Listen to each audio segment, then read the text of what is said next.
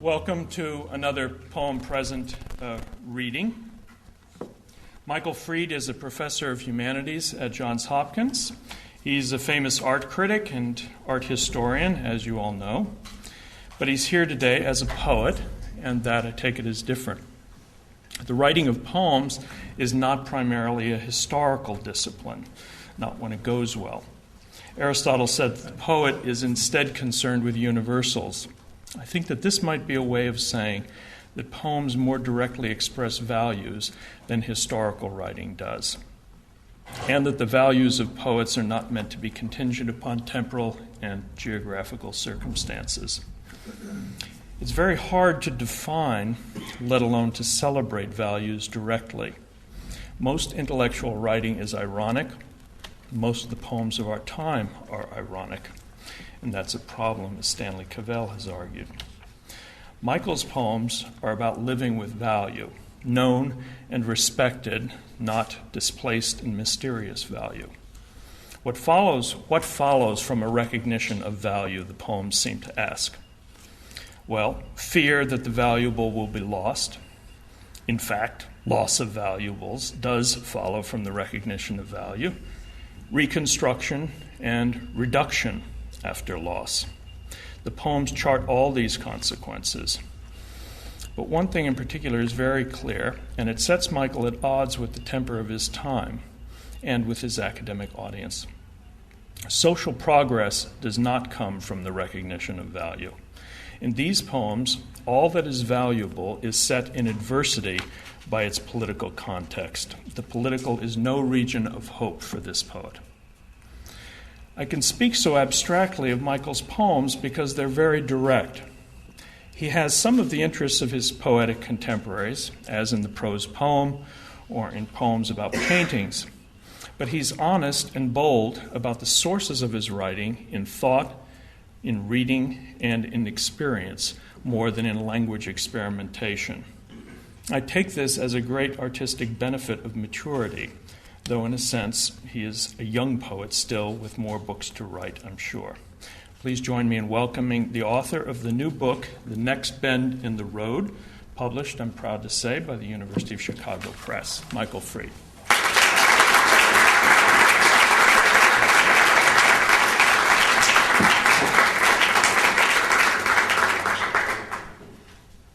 Thank you, Bob.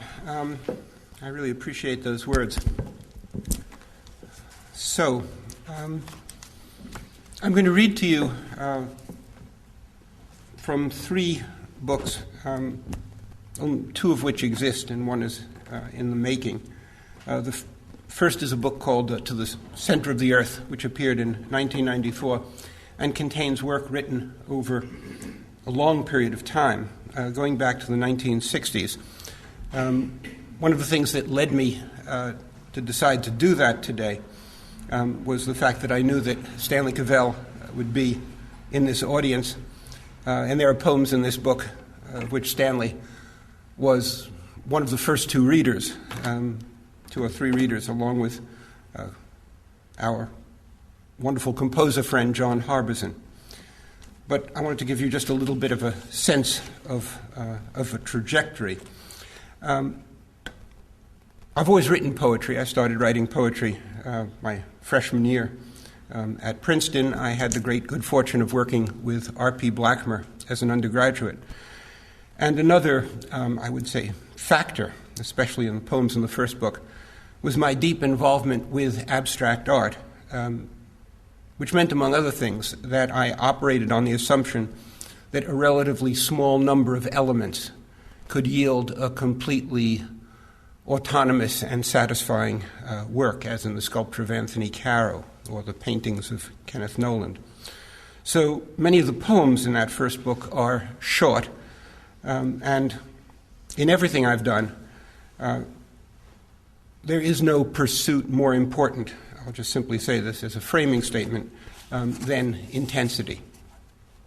These are lyric poems. I'm going to read a few from this first book. Heart. I'm also going to describe the poems so you can picture them a little bit. This is a poem with just 4 lines. Heart. Your body seen from the feet sleeping, white with rose blemishes sweet to the tongue, wakes and turning over takes me, blind to its heart.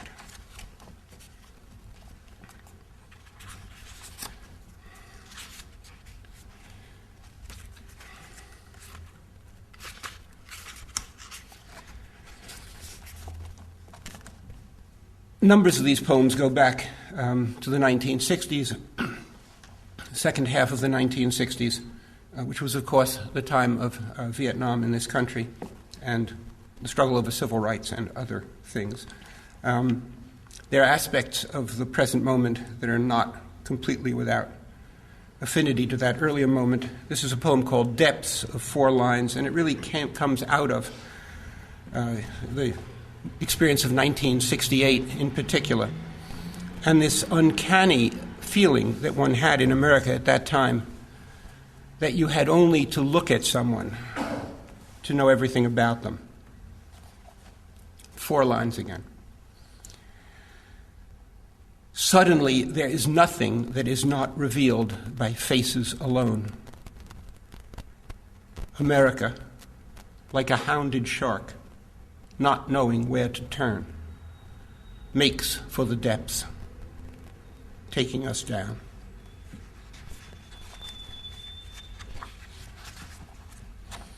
A 3-line poem called Powers. Our bodies are the closed eyes of a single animal. Our states of mind so extreme they are the same. Like the arts, we lend each other new powers.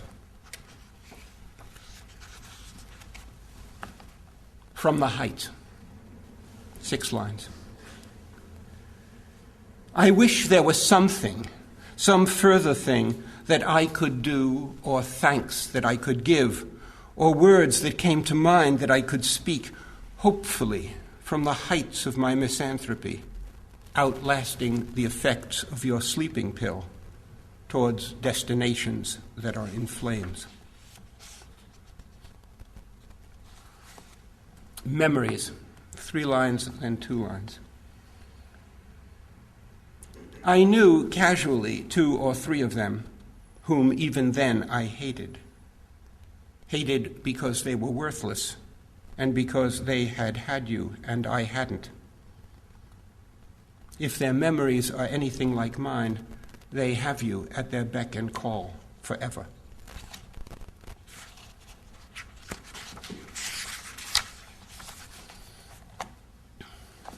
A poem about my parents called The Dance, about a dozen lines.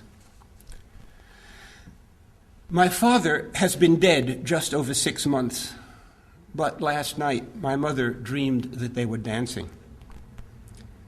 Ben was never actually a very good dancer, she says, astonished by her romantic unconscious. Yet in my dream, he was indescribably graceful, and we glided across the floor in picture-perfect synchrony. And I, who wouldn't have known where to look had I been there, have no difficulty visualizing a handsome Jewish couple in their late 20s, younger by an age than we are now, captivating an entire ballroom as the band plays on. I am the outcome of that dance.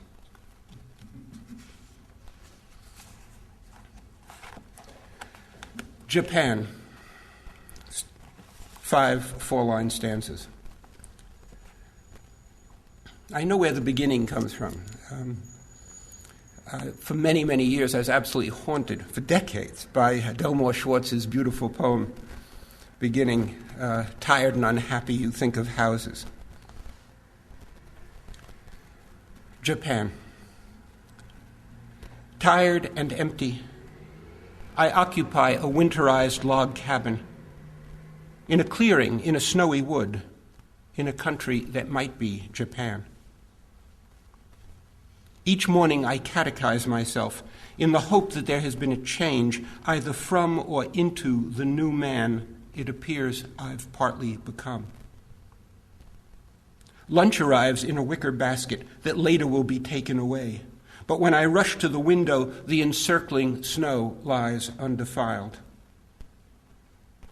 Towards midnight, I shall step outside and expose my face to the stars and weep, not merely from the cold. May their beauty appease me.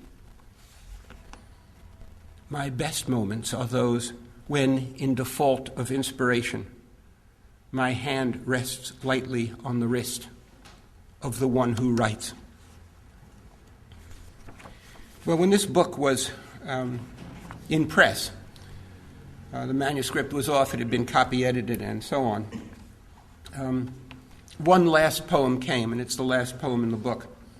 And at the time, it was very mysterious to me, also thrilling, because as has happened to me just a few times in my life, the first lines came in a dream, just like that. I woke up, and I had the first two lines.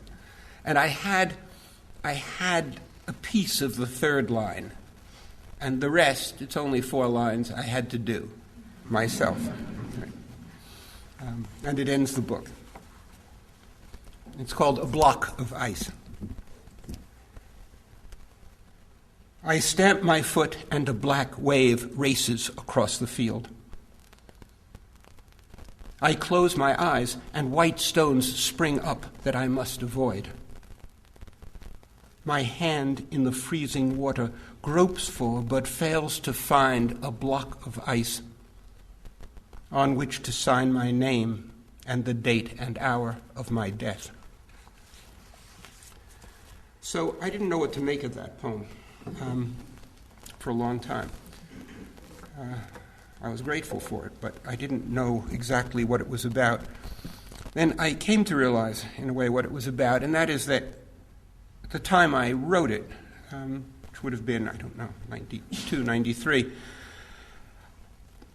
I had written a whole series of books that I'd set out to write a long time before, and although I hadn't finished a book on Manet, that would in a way complete the cycle of those books, it was well advanced, and I could see that I would complete it. I was near completing it. So there was a sense in which I had, it's on the verge of completing a very ambitious project that I'd set out to do a long time before, and also that these poems were going to come out in a book, which I had more or less despaired of. So the question that the poem asks, or the question in a way that the poem answers is there anything more? And the poem is saying, yeah, there might be something more. The book came out in 94, and then in the spring of 1995, my wife and I flew to China and went to Wuhan, China. We'd been married for a very long time without children, and we adopted a little girl at that moment, not quite 11 months.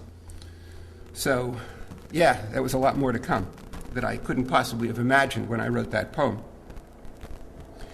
And a number of the poems in the book that Bob mentioned, The Next Bend in the Road, refer directly to that experience, that change of life. But I think the book as a whole reflects the breaking open of my life, and indeed my wife's life, by this spectacular event. The first poem in The Next Bend in the Road is called The Send-Off, and I'm going to read a series of poems, really about my daughter.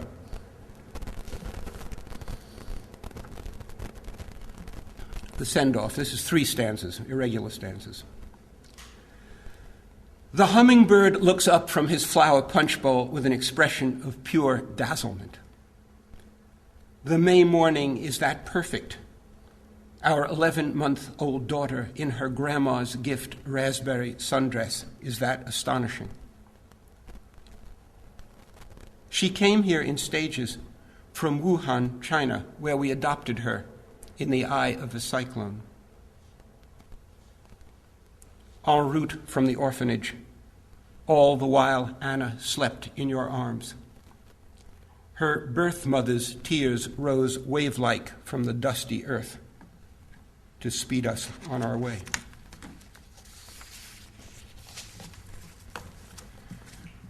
4 stanzas of 2 lines. The way it works, almost always now, if you're adopting a baby in China, is you go as part of a group to the city where you're actually going to receive the child in the orphanage. And then, after that, you go and you spend several days in a very fancy hotel called the White Swan Hotel in Guangzhou, the former canton.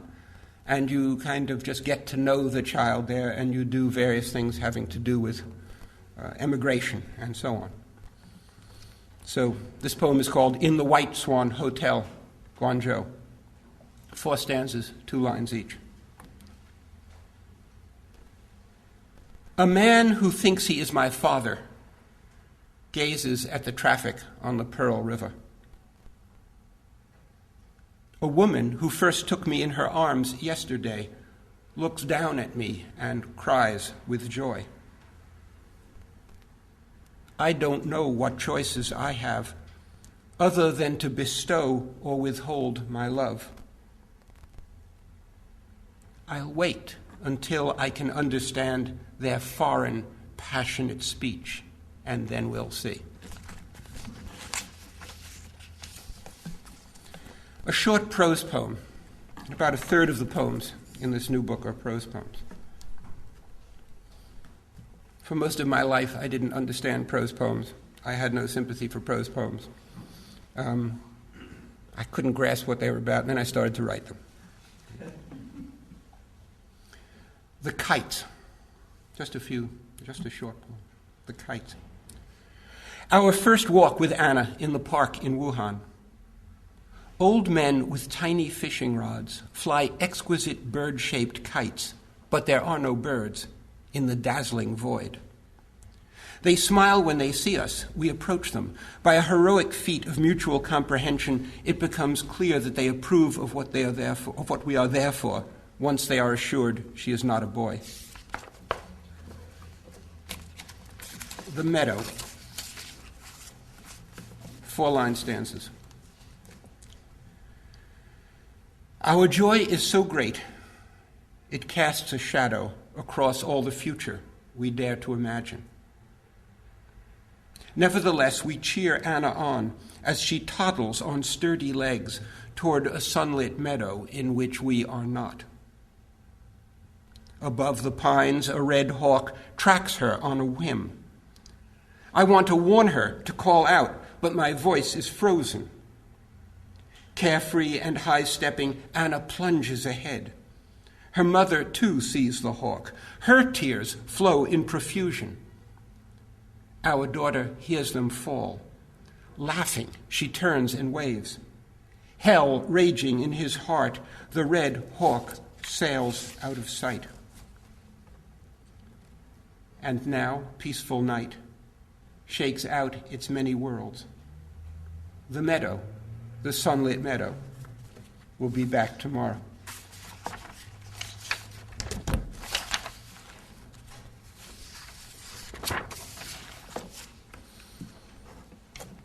A 3-line poem called The Flower.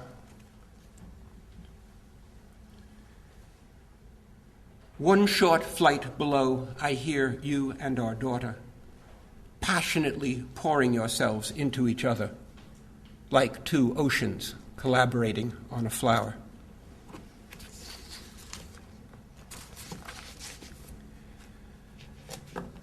A poem in 2-line stanzas called The Tunnel. To be nothing but fire, not even the fuel that feeds it, wasn't my father's style.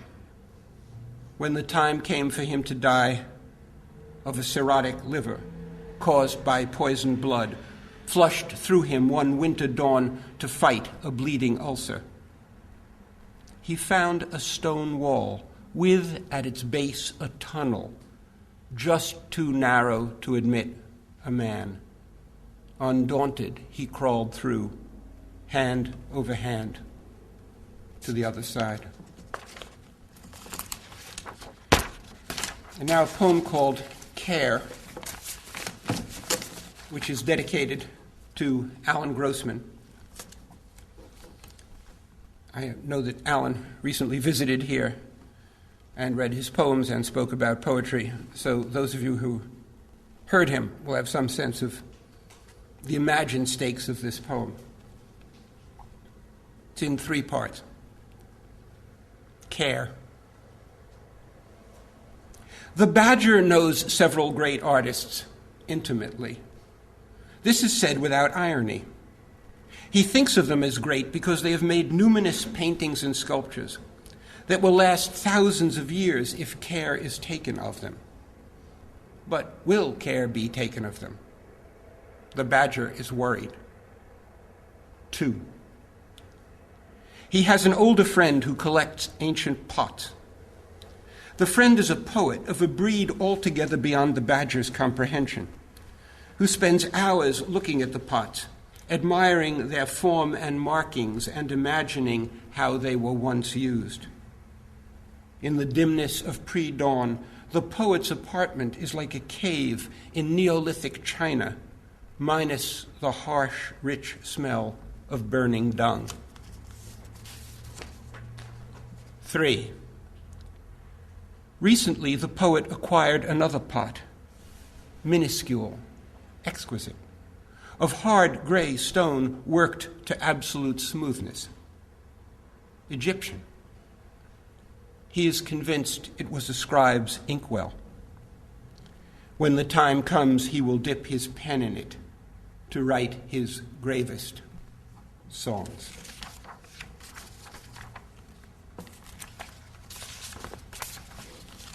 Then a poem in 3-line stanzas called The End of History.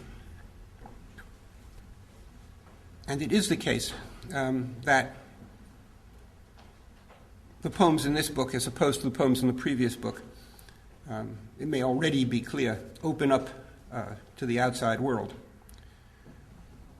say more explicitly than anything I had written before.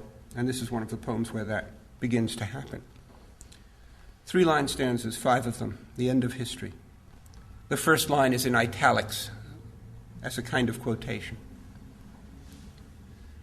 The moments denting inward like a can, the poet wrote in a fever of expectancy. But the line went nowhere. It had nowhere to go. All around her bullets did their bloody work. Paving stones were heaped up to make barricades, but the insurrection went nowhere. It had nowhere to go. She felt she could almost grasp the dialectic with her naked feet as it rushed foaming toward annihilation. But the antithesis went nowhere. It had nowhere to go. Her lover rose and lit a cigarette. Not long afterward he would die, and she would have no choice but to sell their apartment. Her passion turned inward, having nowhere else to go.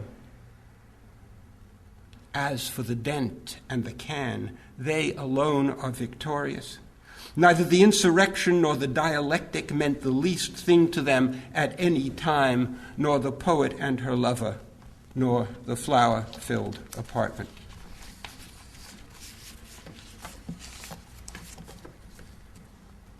I take that to be a poem about the deep indifference of poetry itself to its instruments. Then the poem that gives the title to the volume. It's the first of a trilogy in the book, but or a triptych. I'm just going to read this first poem. It's called The Next Bend in the Road. It carries an epigraph from Ossip Mandelstam's widow, the remarkable Najda Mandelstam. The epigraph says, if there's a mention of eyelashes, then it's about Ossip. And that's a reference to the poems of Marina Tsvetaeva.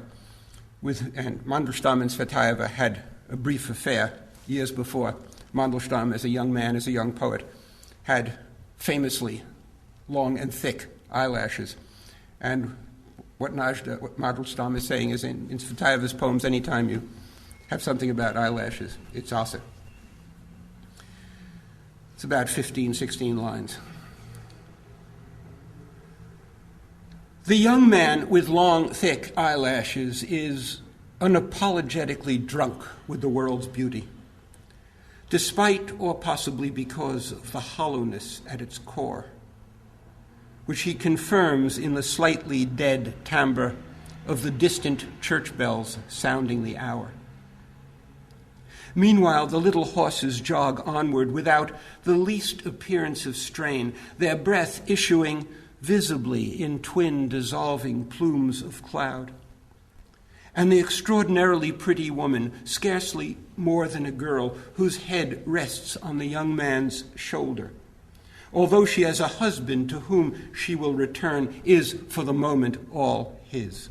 Just beyond, the next bend in the road, or if not the next, the bend after that, still hidden by the towering fir trees, their dark, drooping, vigorous branches loaded with snow. I forgot to say that this is a winter scene, that the youthful lovers are in a sleigh, that they are both poets, that they will come to similar ends.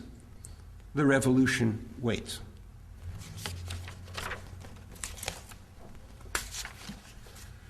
The Drowned and the Saved, 3 4-line stanzas, and as you know, that's the title of Primo Levi's last and grimmest memoir of his time in Auschwitz, and his reflections on that experience. The Drowned and the Saved. As we read, Primo Levi is falling. He doesn't cry out or wave his arms. On the grass outside the barn, it's dark, but also light. A full moon floats on a sea of cottony clouds, and Primo Levi is falling from the 3rd floor to the ground floor inexplicably, and the moon is shrouded in clouds that now seem like an army of sheep advancing like a plague, and Primo Levi is falling. His eyes are wide open. Now he is passing the 2nd floor, and the moon is being carried away by the sheep who will eat it in silence.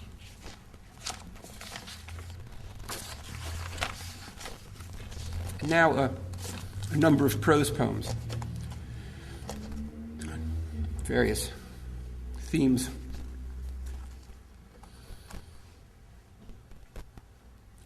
First is called Kafka's Drawings.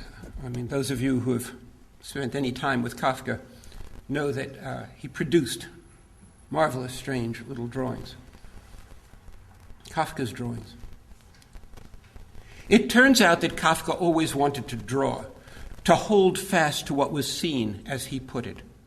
He also said of the little cartoon-like men in his drawings, they come out of the dark to vanish into the dark, and my drawing is a perpetually renewed and unsuccessful attempt at primitive magic. Was he dismayed by that unsuccess? It seems not. He accepted without complaint that his drawing's magic was imperfect, that between the pencil in his hand and the sheet of paper on his desk, something intervened to derail his best efforts to capture the shapes of life in their endlessly seductive but also undeniably comic, therefore inescapably tragic vitality. The surviving drawings suggest, against all likelihood, that it was precisely the dimension, the perspective of the tragic that eluded him.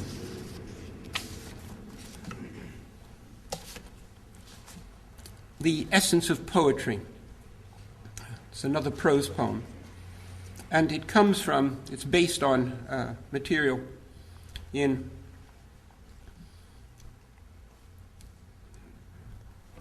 Jakobson's memoirs of his futurist years. It begins with something that is said to Jakobson, the essence of poetry.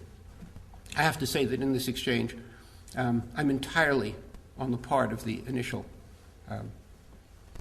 quotation, what is said to Jakobson.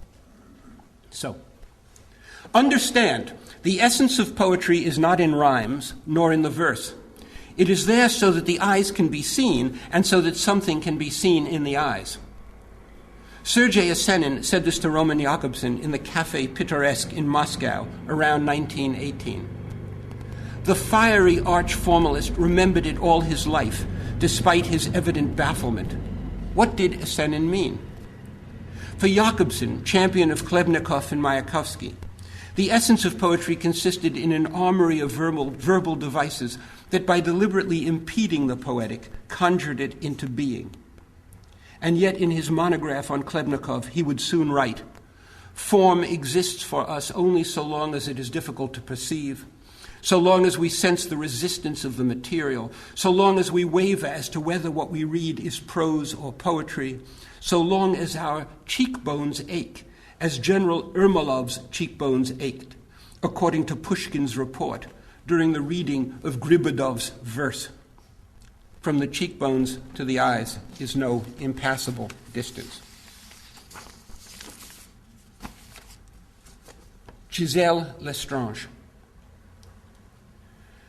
For several years before she died, we occasionally spent an evening in the company of Paul Celan's widow, the etcher Gisèle Lestrange. We met her first at a party thrown by Parisian friends to celebrate their engagement. She was charming, with the indefinable magnetism certain older, cultivated European women possess, whether or not they were beauties in their youth, and a great directness, which led her once, when driving across the Seine in the company of an American translator, to observe in an ordinary tone of voice that just below was where Celan had drowned himself. Her words took my breath away, the translator recalls. Until that night, I had never seen her etchings. Our friends owned 3 or 4, and what surprised me was their restraint, as if the artist had been too familiar with the demands of art to wish to satisfy them completely. On closer view, the bite of the acid was everywhere deliberately reined in, not from excessive finesse, but from an unwillingness to mark deeply. I thought, she has experienced illuminations she has no desire to impart other than by the faintest shiver of contrast. Months later, after a chance meeting at a concert, Gisèle Lestrange came back to our recently acquired pied-à-terre and sat and talked for an hour over a glass of wine. Then I went down with her into Rue Lafayette to help hail a taxi. Rain was falling, and it took a few minutes before I captured one and held the door open as she got in. That was the nearest I have come to touching poetry's hammer.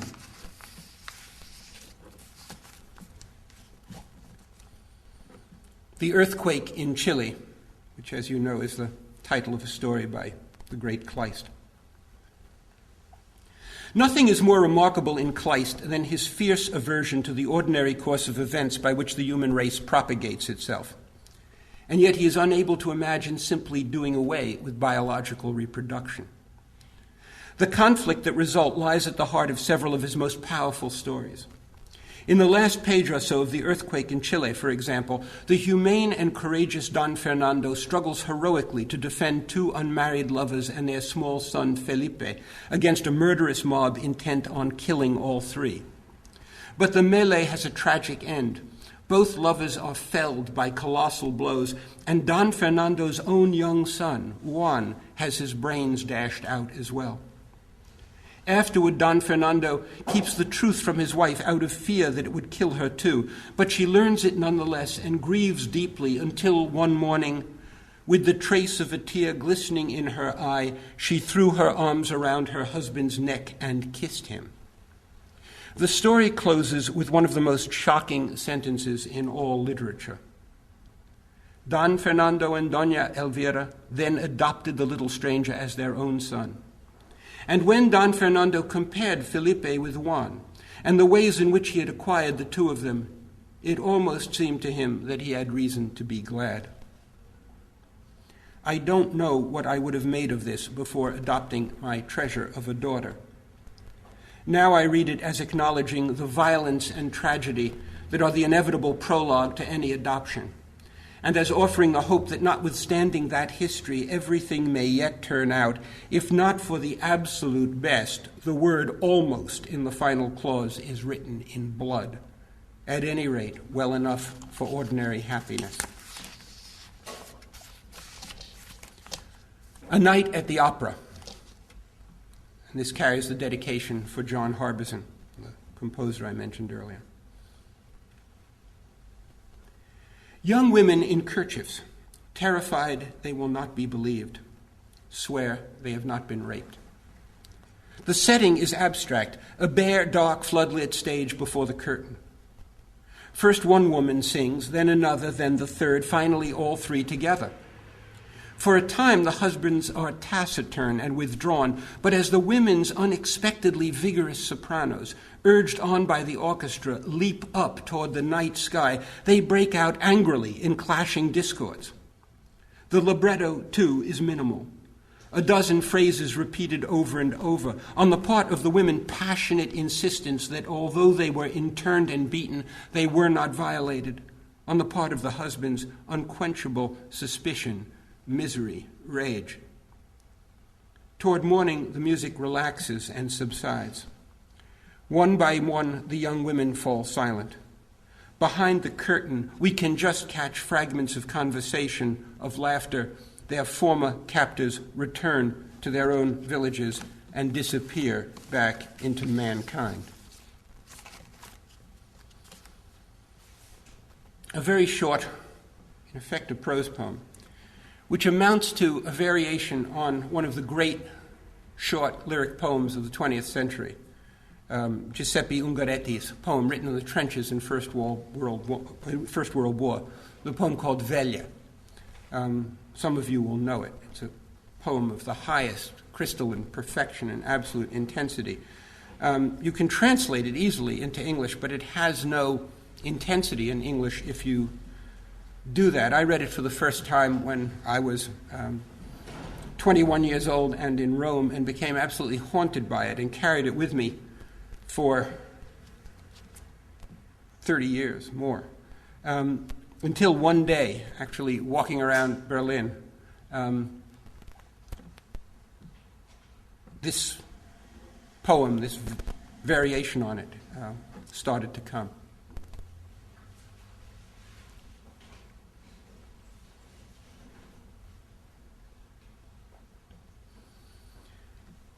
The title here is Full Moonlight. Full moonlight beaming down into their putrid shell hole, into Giuseppe Ungaretti's disemboweled companion's gaping mouth. The poet, normally abstemious with words, writes letter after letter overflowing with love. I have never been so attached to life, he tells no one in particular, between sobs. Two more prose poems. One of them is my daughter's favorite among all these poems. I needn't tell you that when you're a parent of a young child, you read a lot of stories featuring animals. And in various, you saw the badger in the earlier poem. There are other poems where animals play a role. And this is called The Hilltop.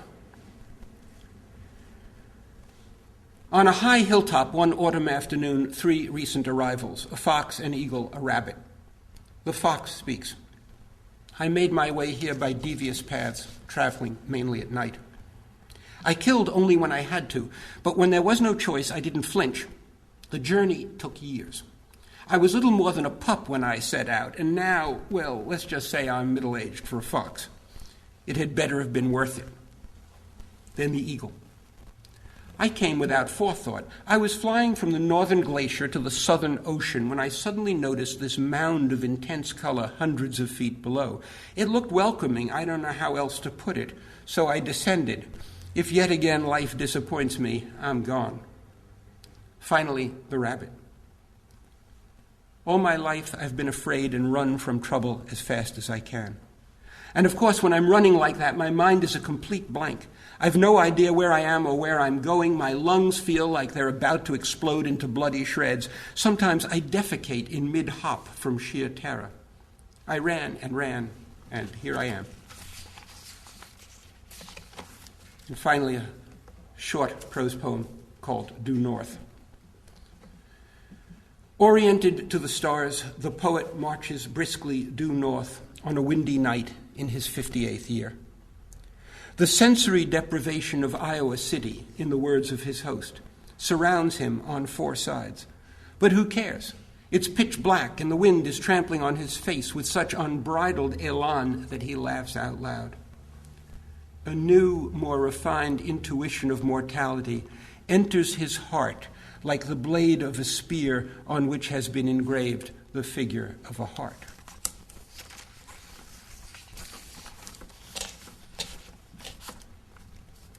In my own generation, the poet, it's hard for me to stop using the present tense, but let me say that I was closest to for most of my poetic writing life, was an English contemporary I met in my early 20s at Oxford, a wonderful poet named Ian Hamilton, who died, who smoked 200 cigarettes a day or whatever, and died several years ago of cancer. This is a one-line poem called Last Visit from Ian Hamilton. Without empathy, the camera briefly looked the dying poet in the eye and saw everything. And then another poem,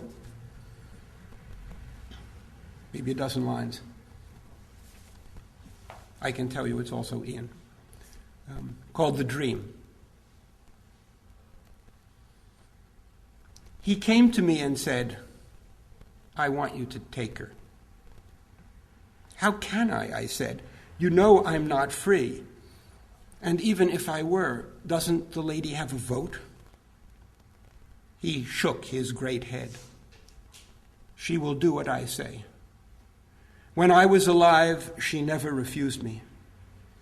How much less will she now, when I am no more, when my only covering is the tatters of your dream.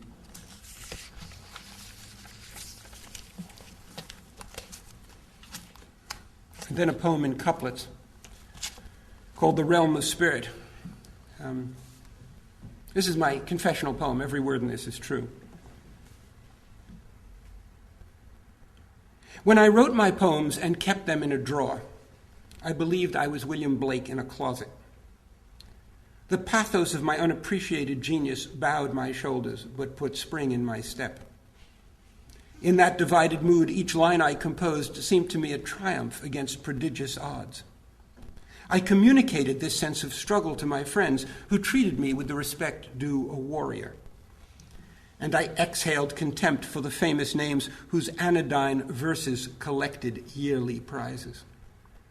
I lived like that for decades, impregnable in the knowledge that my castle had no drawbridge. Then one day, in a trance of inadvertence, I sent my poems to an editor who published them. Now the drawer is empty and the closet is sealed, and I know that in the realm of spirit I am nothing.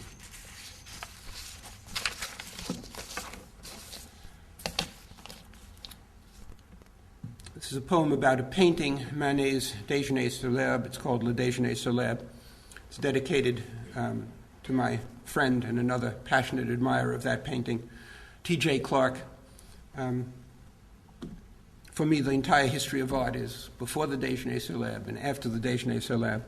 I think I became an art historian in order to come to grips with the Déjeuner sur l'herbe. It's a poem in couplets. A bullfinch poses in mid-flight like the Holy Ghost above the picnickers. In a pond in the middle distance, a woman wearing a shift seems, I repeat seems, to be douching herself. The other woman, naked, seated on the grass, and twisting her rubbery neck to look at us, is no beauty, but try to ignore her. In contrast, the men are expendable. There is nothing going on in their heads. Their gestures are vacuous. Their wide open eyes gleam meaninglessly. Only their brilliant accoutrements reward our attention, especially the clay gray trousers, miniature cane, rose cravat, and black pillbox cap of the type on the right.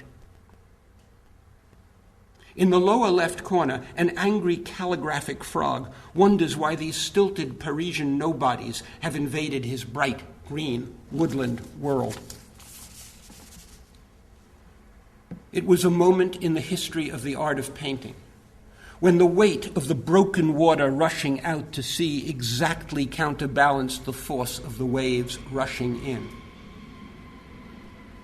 No matter how hard we try, we cannot imagine actually entering that space, partaking of that food, breathing that non-existent air. When, at the age of 18, I first stood staring and breathless in the Jeu de Paume, what most astounded me was that the paint appeared still wet.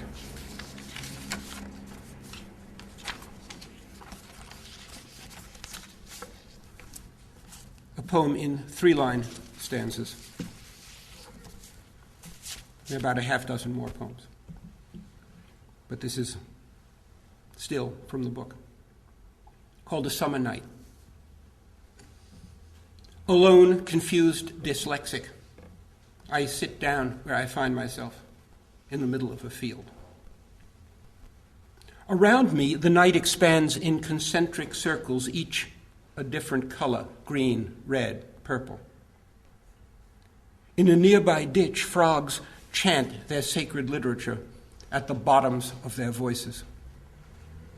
I look up, but the stars are nowhere to be seen. Clouds churn from skyline to skyline. It takes a while, but my breathing returns to normal. The colors contract to a single stone. As I re-enter the barn, my daughter, standing at her easel, completes the letter A triumphantly. The conclusive brushstroke plows from left to right with the force of the sun. Then I'm going to read you just 4 poems from a new manuscript. I mean, the manuscript is not finished by any means. But I've chosen 2 poems about painting, in a way, about abstract painting, and 2 poems written on the death of Jacques Derrida. But one of the things that I've discovered is coming to the fore in this book is, autobiography would be the wrong way to put it, but going back to particular moments in my life and in relation to art, in relation to various friends. This is called 1959. 1959 is the year I graduated from college. By then I was already writing art criticism. Someone named Frank appears in this poem. That's the painter Frank Stella, who was a close friend of mine from my freshman year, his sophomore year. 1959. "Michael, you've gone from boy strength to man strength," Frank said to me approvingly. But he was wrong.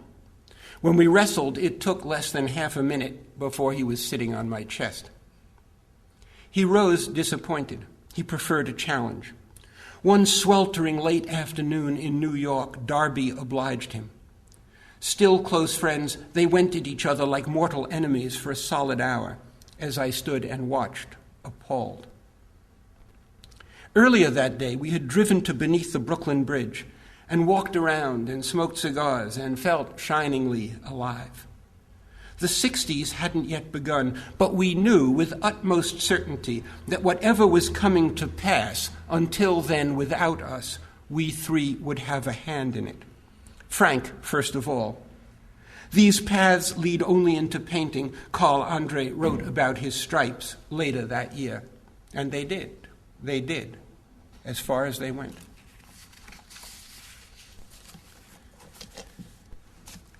And then, a few years later, in 1962, I became fully aware of the work of a painter who had just died named Morris Louis, who I subsequently organized the retrospective exhibition of, wrote a book about, and so on. Among his paintings, there's a type of painting called the Unfurled, which I continue to regard as one of the absolute pictorial inventions of genius of the 20th century. There are probably about 70 of them. So this is a poem in couplets called Unfurled. At the Guggenheim Museum in November 1962, I visited a memorial exhibition of 17 stained paintings by the late Morris Louis, including my first, Unfurled. I walked into the high gallery, Wright's Holy of Holies, and there it hung. 14 feet across, mostly untouched cotton duck. Evenly spaced, taut, billowing rivulets of unmixed acrylic colors, running at a downward-inward angle from both sides of an, to me, then unthinkable expanse of sheer Mallarmeian blankness.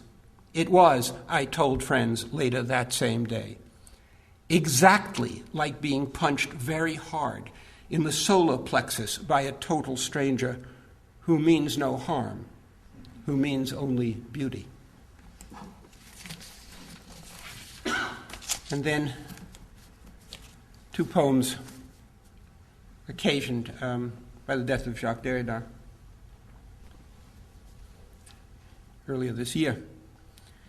The first is a prose poem, and it alludes to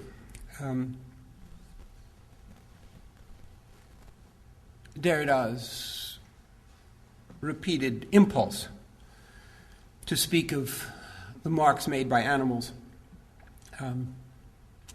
as a form of language. I think Bob is absolutely right to say that my poetry is essentially devoid of irony. Here, I would admit to a certain amount of absolute affectionate irony. The death of Jacques Derrida. Somewhere in the north, a vast lake, partly frozen. Snow covering the ground on the fir trees in the distant hills. The sky, a deep, radiant, metaphysical blue. Cold wind blowing in gusts. A magnificent day. No humans in view, that's the important thing. But from the dark recesses of the forest, there one by one or in small squads comes forth an ordinarily mutually shunning population of foxes, wolves, bear, elk, deer, beaver, otters, raccoons, porcupines, hares, moles wincing at the light, skunks, squirrels, field mice, no doubt other lesser creatures as well, all seemingly pacific, self-contained, one might say preoccupied. And for perhaps an hour they mill or skitter or in a few cases leap about to no apparent purpose, the stronger taking care not to step accidentally upon the weaker. After which they return to the forest, silently for the most part. On the snow, tens of thousands of hoof and paw prints, involuntary brushings of tails, urine traces, steaming turds, even a few crimson specks of blood. A message of farewell to one who held them in his thought. And then a poem, second poem on Derrida's death, 3 stanzas, 4 lines, 3 lines, 4 lines, called The Message. According to the theory of deconstruction, the sender of a message is absent in principle, even when she sits touching the excited receiver with her knee. So as Jacques Derrida drafted a few sentences to be read aloud at the memorial service that was held the week after he disappeared, he smiled, despite not feeling great, to think how moved that solemn gathering would be by words that did nothing more than allegorize the condition of all speech. And finally, a poem in 8 lines, 4 couplets. It's actually the poem that brings the next bend in the road to an end. And the spacing on the page is sort of double. Right? There's extra space between the lines and extra space between the stanzas. And it's called simply Song. It's a poem that came out of, again, literally decades of wrestling with a kind of obsessive image of the great fish at the end of a line, and it kept trying to find a way to get into my poetry. And it did, and it didn't work, and then eventually this happened. And for me, this is a poem, well, it brings the book to an end. It's also one of those poems that, I put it in my mind, there are certain poems I think of as nodal. I mean, they seem to exist at places where many different realms of meaning cross.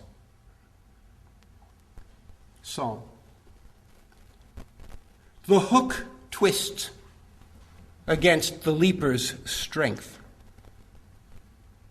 against his flight and fall back into a rising wall of spray,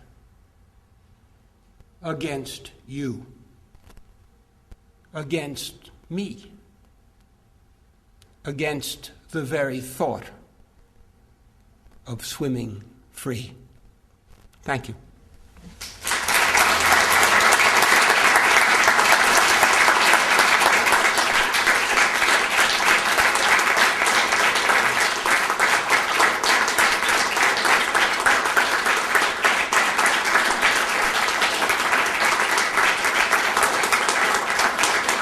Thank you very much. So I wondered if you could talk a little bit more about the poem that you said was purely confessional.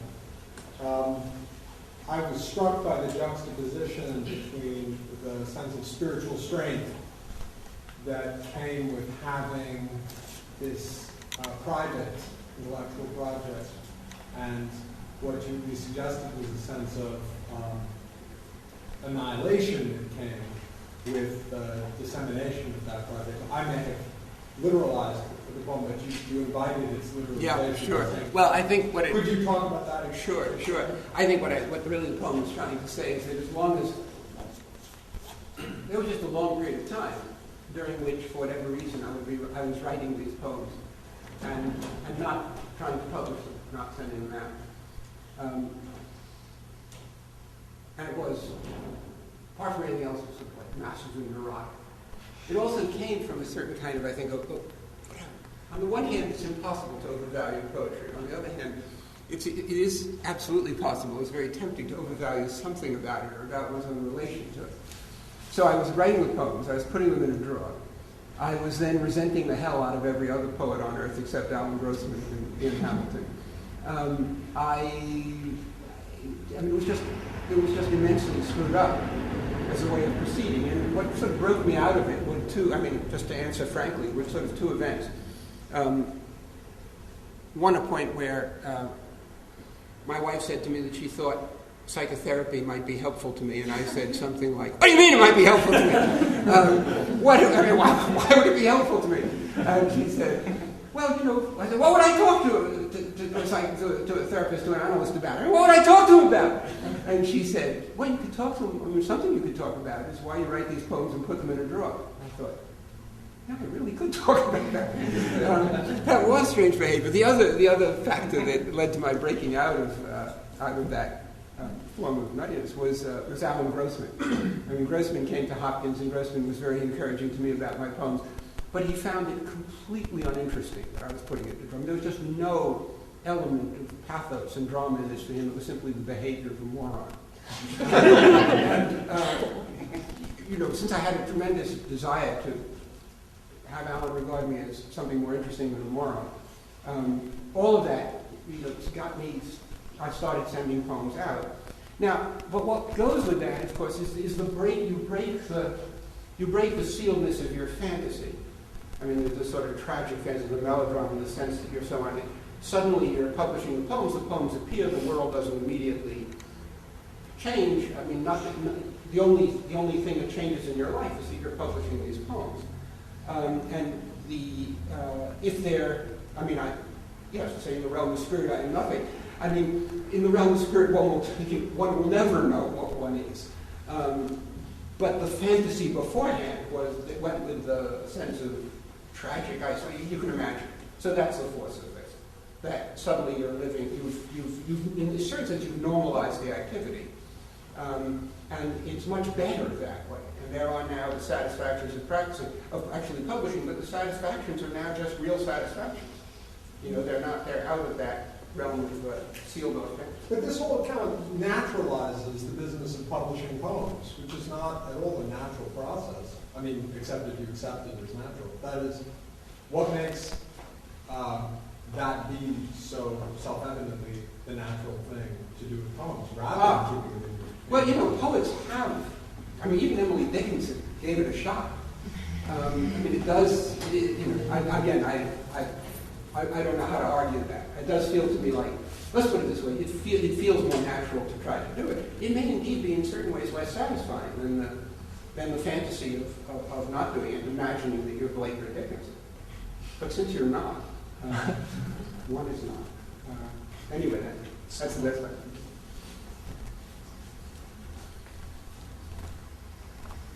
Yes? You mentioned right at the beginning that you had the pleasure of studying with R.P. Blackmer. Yeah. And I'm wondering what you think you got from him. What?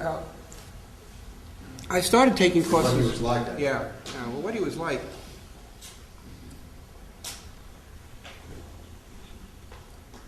What I got from Blackmer, what a number of us got from, I mean, Blackmer at the time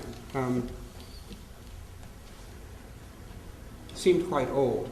He was very sad. This didn't make him unique at Princeton, but he drank a great deal. I mean, he was pretty isolated in the English department, except for younger men, whose friendship with him often meant that they wouldn't get tenure at Princeton. He had been brought to Princeton by, well, that's a whole other story. He spoke the way he wrote, which is to say, with that kind of terrific, intensity, but also obscurity. So it was not the case that, one sat there at 18 or 19 and understood everything Blackmer said. But what Blackmer conveyed, above all, was the supreme value of poetry and art. He read poetry in he'd sit in the front of the room. He had sort of a condition in his legs. He would sit and he would smoke. He held the cigarette between the middle finger and the ring finger of these stained but sort of porcelain hands, which he sort of would manipulate as a whole. And so he's a very, very compelling figure. He had a kind of remarkable voice. But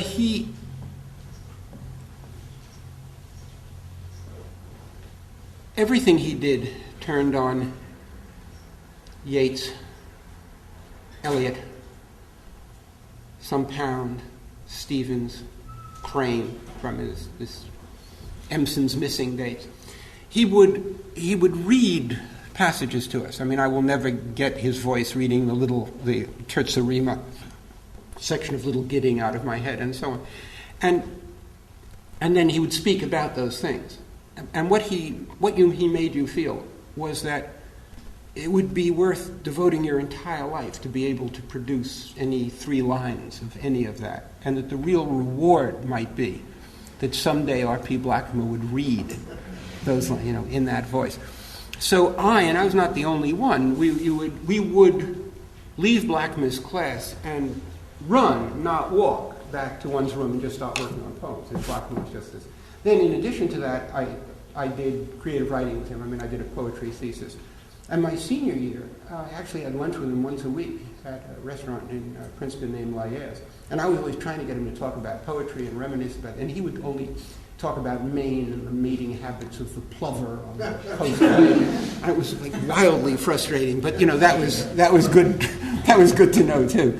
But he was in that sense he was inspirational. He was also, I would say, part of the power that he had, the reason why there are so many people like myself who unhesitatingly describe themselves as Blackmer students is that it wasn't a distinction. He didn't choose one. It was as if he was deeply passive with respect to who happened to sit in his courses or who wrote poetry with him or anything like that. You attached yourself to Blackmer, and he just put up with it until you graduated. But there are any number of people. Poets for several generations who were Blackmer students in that sense. But what he conveyed was a sense of the absolute, which I completely have internalized. In this sense, Blackmer's inadvertent creation the supreme value of being able to write. If you could write Yeats's Deep Swan Valley, get those 6 lines to type. That's it. That's it. There's nothing greater you could do in life. That I completely bought. Could I ask you something to follow up Yeah. on that? It seems in the book, in Next Bend, that the place of that is in Central European poetry rather than in English language poetry. Does that have some significance? I mean, That's an interesting question. Latimer had an English language canon. No, absolutely. And I accept that English language. I mean, all those poets I named seem to me wonderful poets.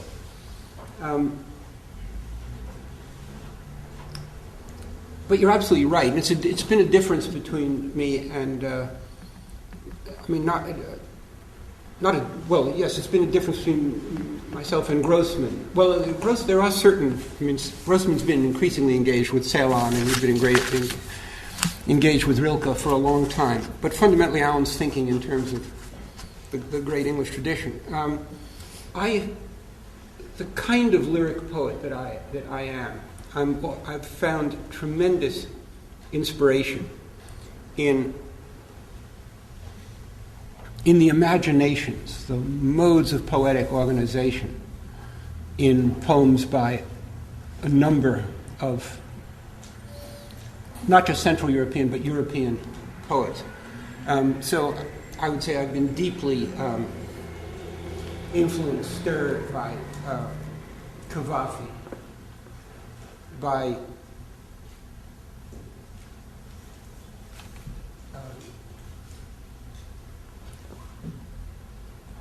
what I get out of reading Mandelstam or Akhmatova.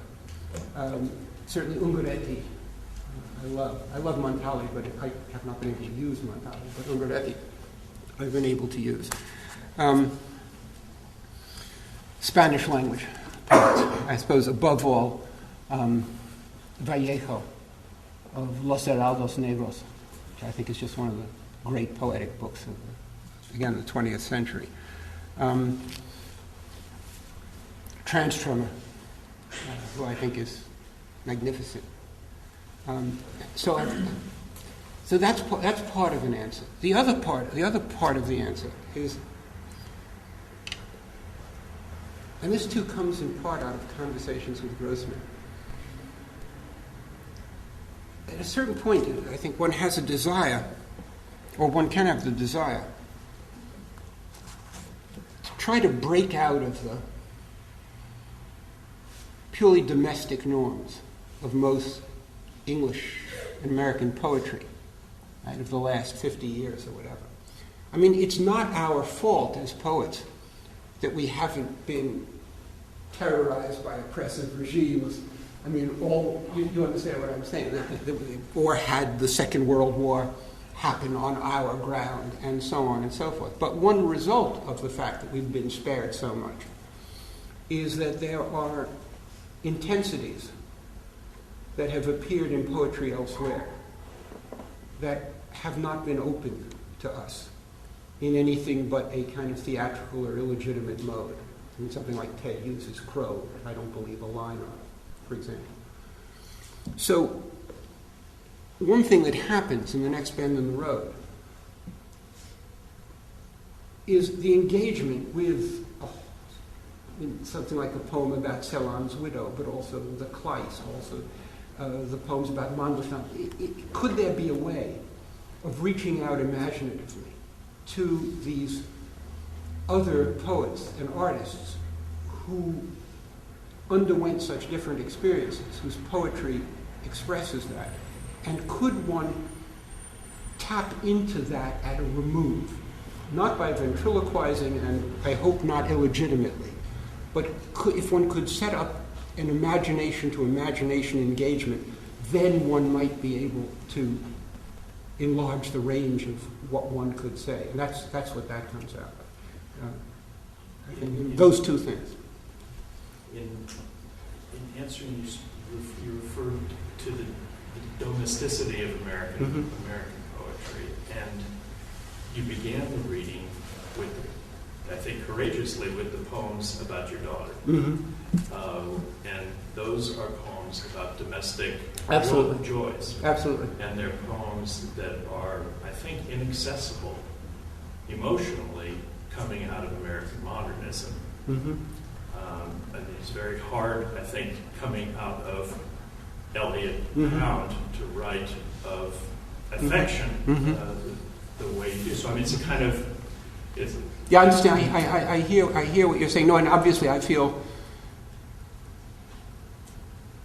many of the poems I've written are love poems. They're poems about sexual desire. And then there are poems about my daughter. That's right. I mean, I agree with that.